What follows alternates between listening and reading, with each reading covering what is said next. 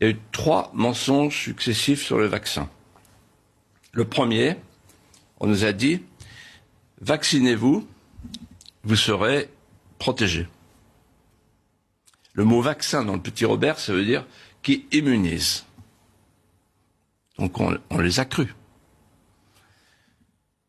Et puis on s'est aperçu que, au fil des semaines, au fil des mois, il y avait la contamination. C'est-à-dire que le vaccin n'empêchait pas la contamination. Il n'empêche pas que vous contaminiez quelqu'un ou que vous soyez contaminé par quelqu'un.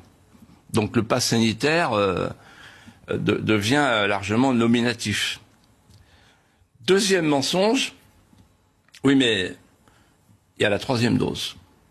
Et cette fois-ci, avec la 3e dose, on est tranquille.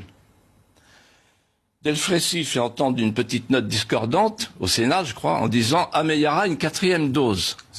Et figurez-vous que j'ai découvert hier, et je demande aux journalistes d'enquêter, que Madame von der Leyen, la présidente de la Commission, dont le mari, Heiko von der Leyen, est directeur médical de Orgenesis, une entreprise qui travaille sur la thérapie génique et l'ARN messager.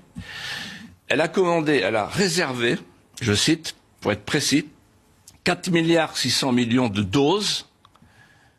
Il y a 450 millions d'habitants en Europe, ça veut dire qu'il y a de quoi faire 10 injections. Bon.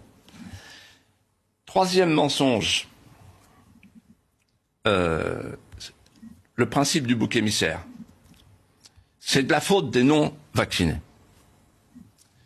Alors, on a du mal à comprendre. Et je vous invite à faire ce que j'ai fait. Vous allez sur le site de la DRE, la Direction de la Recherche, des Études, de l'Évaluation et de la Statistique du ministère de la Santé.